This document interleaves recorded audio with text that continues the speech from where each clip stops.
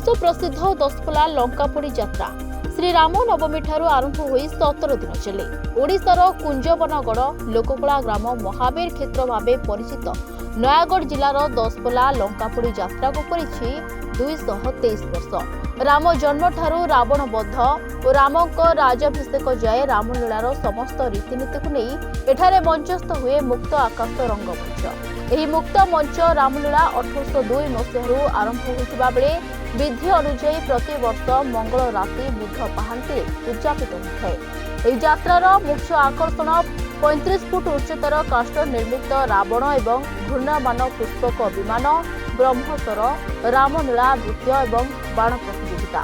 ଆଉ ଏହାକୁ ଦେଖିବାକୁ ଦେଶ ବା ରାଜ୍ୟର ବହୁ ଦର୍ଶକଙ୍କ ଦ୍ୱାରା ଦଶପଲ୍ଲାରେ ଜନସମୁଦ୍ର ପାଲଟିଛି। निश्चित भाव में आम समस्ते गौरवान्वित जे महावीर क्षेत्र कुंजवनगढ़ जो दीर्घ 223 वर्ष धरी रामायण यात्रा जो लोकनृत्य ये प्रदर्शन कराऊँच ये गोटे निरा एवं एक अनन्य परंपरा अटे। तेणु निश्चित भाव में आम दशपल्ला भाव में मु निजक गौरवान्वित मन करने संगे संगे ये जो यात्रा यार कलेबर वर्ष वर्ष वृद्धि पाइबार लगी जो भली भाव में आज राज्य बाहर देश बाहर लोक रिसर्च करुँच ये आम समस्त गौरवर कथा। यही जो स्वतंत्रता रही आमर कलाग्राम मान्यता कुंजवनगढ़ पाई। तेणु निश्चित भाव में ये गोटे भाईचारार पर्व कहले अत्युक्ति हम ना। जाति धर्म वर्ण निर्विशेष समस्त को लेकिन यात्रा प्रत्येक वर्ष होची समस्त दर्शकवासी को अशेष धन्यवाद कृतज्ञता ज्ञापन करी एभली एक भव्य आयोजन में समस्ते सामिल होती देखा ताले ये हूँ सर्वपुरातन यात्रा जोटा कि खुला रंगमंच नृत्य जो होची ये हूँ सर्वपुरातन कहले अत्युक्ति हम ना।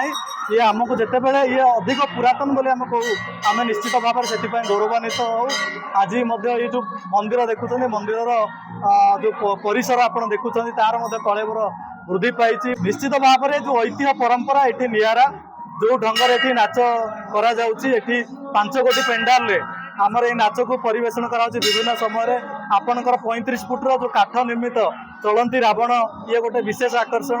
तापर पुष्पक विमान अन्यतम आकर्षण। ता संगे संगे रामकर जो रोचे ब्रह्मास्त्र सी आहरी अन्य एक आकर्षण। ता संगे संगे आतशबाजी कार्यक्रम एवं जो भली भाव में ये स्थानीय कलाकार आरंभ कर जो विभिन्न मंच होती सी लोक मानू आकृष्ट करें। महावीर आमर दशपल्लार प्रत्यक्ष देवता जो मुहूर्त डाकती सब मुहूर्त से डाक शुणी था माने एते दुख तुम डाकिदेव माने से प्रभु दुख सब दुख से शुणती आमर एत मजुसी खुशी ये संसार आमर महावीर गोटे सब लंकापोड़ी तो मैंने प्रत्येक ओडिशा प्रत्येक ओडिशार विख्यात होती लंकापोड़ी माने जिते जुआड़े अच्छा समस्ते आसिक पहुँचती आमर तो ठाकुर आकर्षण आमर रामलीला रावण आउ पुष्पक विमान आमर बाण जो लंकापोड़ी हुए से थाए।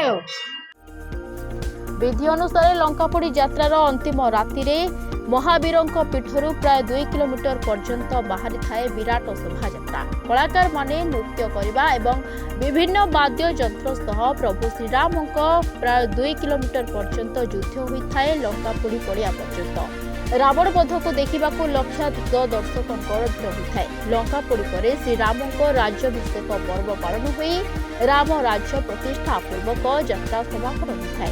एथिपाई प्रतिवर्ष निर्माण होता है 35 फुट रावण एवं घूर्ण्यमान पुष्पक विमान एवं रामक ब्रह्मस्वर। यहाँ स्थानीय कलाकार माने निर्माण करते किंतु सब वर्ष लंकापोड़ी की मुझे आसे महावीर दर्शन करे।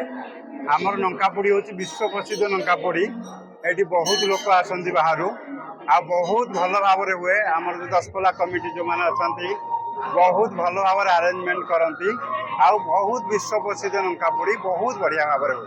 हाँ निश्चित भाईचारा सृष्टि करे आउ समय आम से एकाठी रहू। धनुयात्रा पर दशपल्ला भी गोटे हूँ लंकापोड़ी विश्व प्रसिद्ध यात्रा तो ताकू दशपल्ला रे मान्यता दरकार। यही दिन हूँ आमर बहुत मुख्य बड़ पर्व। यही दिन लंकापोड़ी यात्रा रे आमर बहुत आड़ जन समागम हुंती। आमर काष्ठ निर्मित रावण एवं पुष्पक विमान द्वारा लोकंर मन मोहे एवं आमर जो नाच हुए এইটি আমার গোটে নীতি থাকে ব্রহ্মসর যে মানে যাଏ পুଣି ରଘୁନାଥ ତୃଣକୁ ସେ ଫେରି ଆସେ। ଆଉ ଏଇ ବ୍ରହ୍ମସର ଏଇ ରଘୁନାଥ ମହାବୀରଙ୍କ ପାଖରେ ପୂଜା ହୋଇ ନୀତିକାନ୍ତିରେ କାହାକୁ ଛୁଆଁ ହେବନି, ସେ ବ୍ରହ୍ମସର ଆସିବ କେହି ଜାଣିବେନି, ତାକୁ ଲୁକାୟିତ ଭାବରେ ପୂଜା କରି ତାକୁ ଯାଇକି ବନ୍ଧା ହୁଏ ଆମର ମୁଖ୍ୟ ବା ଗାନ୍ଧୀ ମଇଦାନଠାରେ ଯୋଉଠି ବ୍ରହ୍ମସର ପ୍ରୟୋଗ ହୁଏ। ଖୋଲା ମଞ୍ଚ ମୁକ୍ତ ରଙ୍ଗମଞ୍ଚରେ ଏଠି ମାନେ ଆପଣ ଦେଖିବାକୁ ପାଇବେ ଆମର ବହୁତ ପୁରାତନ ଛାମୁଣ୍ଡିଆ ଦ୍ୱାରା ଏଠି ନାଚ ପରିବେଷଣ କରାଯାଏ। ଯାତ୍ରାର ମୁଖ୍ୟ ମହାବୀର ଆଜ୍ଞା ମୁଖ୍ୟ ଥାନ୍ତି ଏଠି, ଆଉ ୟାଙ୍କ ଦ୍ୱାରା ସବୁ ହିଁ ସମ୍ଭବ ହୋଇଥାଏ।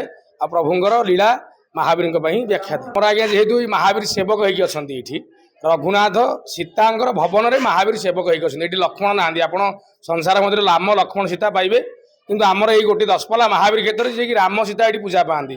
ସୀତାଙ୍କ ଭବନରେ ହନୁମାନ ଏଠି ଜଗିକି ଅଛନ୍ତି, ଯାହାଦ୍ୱାରା ହନୁମାନଙ୍କ ଦ୍ୱାରା ସବୁ କାର୍ଯ୍ୟ ସମାପନ ହୁଏ। ଆଜ୍ଞା ଦେଖନ୍ତୁ ମୁକଂ କରୋତି ବାଚାଳଂ ପଙ୍ଗୁ ଲଙ୍ଘୟତି ଗିରି ଯତ୍କୃପା ତମଃ ବନ୍ଦେ ପରମାନନ୍ଦ ମାଧବ। ଏଠି ମାନବୀୟ ଲୀଳା ଚାଲିଛି ମୁଖ୍ୟତଃ।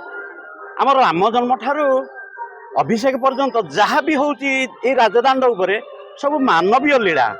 ଯେମିତି ମନୁଷ୍ୟ ଆମର ଜନ୍ମ ହେଉଛି ମୃତ୍ୟୁ ଲାଭ କରୁଛି ଏଇ ସବୁ ସେମିତି ହୁଏ, କିନ୍ତୁ ମୁଖ୍ୟ ଆକର୍ଷଣ ହେଲା ଆମର 3ଟି ବିଭାଗ, 21ଟି ବିଭାଗ ଅଛି ଏଥିରେ।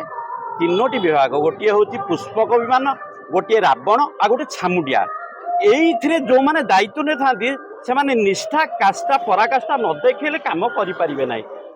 ଏତଦ୍ ବ୍ୟତୀତ ଭଗବାନଙ୍କର କୃପା ଥାଏ।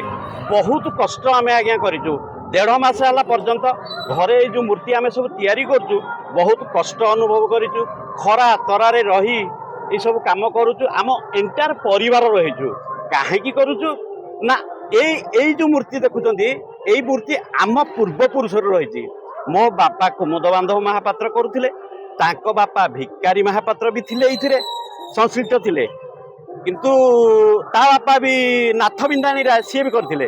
ନାଥ ବିନ୍ଧାଣୀ ରାୟ ଅମଳରେ ଯେଉଁ ରାବଣଟା ତିଆରି ହେଉଥିଲା, ବର୍ତ୍ତମାନର ଯେଉଁ ମଝି ମୁଣ୍ଡଟା ଆପଣ ଦେଖୁଛନ୍ତି ସେଇଟା ସାଇଟ୍ ମୁଣ୍ଡରେ ଥିଲା। 2 ସାଇଡ୍ ଆମର 2 ପଟ ଚାଳକୁ ସେ ମୂର୍ତ୍ତି ପୁରା ଲାଗେ। ପରବର୍ତ୍ତୀ ଅଧ୍ୟାୟରେ ମୁଁ ତ ନିଜେ 70 ଦଶକରୁ ଆମେ କାମ କରି ଆସିଛୁ, ମୋ ବାପାଙ୍କ ସାଙ୍ଗରେ କୁମୁଦ ମାନବ ମହାପାତ୍ରଙ୍କ ସାଙ୍ଗରେ। ଉଚ୍ଚତା ଆହୁରି ଥିଲା, ତାକୁ ଆମେ ପର୍ଯ୍ୟାୟକ୍ରମେ କମେଇ ଦେଇଛୁ। କମେଇ ଦେଲୁ କ'ଣ ନା ସେଇ ସମୟରେ ଯେଉଁ 70-60 ମସିହା ପୂର୍ବରୁ ଥିଲା, ସିଏ 20ଟା ଜାଗା ହାତ ତାର ଚଳନକ୍ଷମ ଥିଲା। ତାରୁ ସବୁ ବିଭିନ୍ନ ପ୍ରକାର କାରିଗରୀ ବିଦ୍ୟା ଲାଗିକିରି ସେ କରାହେଉଥିଲା, କିନ୍ତୁ କୌଣସି ଅସ୍ତ୍ର ଧରୁନଥିଲା। 70-75 ମସିହା ପରେ ଆମର ଏଇଠି ଶ୍ରୀରାମ ଦାସ ବୋଲି ଜଣେ ନୈଷ୍ଠିକ ବ୍ରାହ୍ମଣ ଥାନ୍ତି, ତାଙ୍କ ସହାୟତ ବ୍ରାହ୍ମଣ ସିଏ ନୈଷ୍ଠିକ ବ୍ରାହ୍ମଣ, ଏବଂ ମୋର ଜେଜେବାପା ଭିକାରୀ ମହାପାତ୍ର, ଏଇ 2 ଜଣ ଯାକ ବସିକିରି ଗୋଟେ ଆଲୋଚନା କଲେ କ'ଣ ଲଗେଇଲେ ସୁନ୍ଦର ହବ।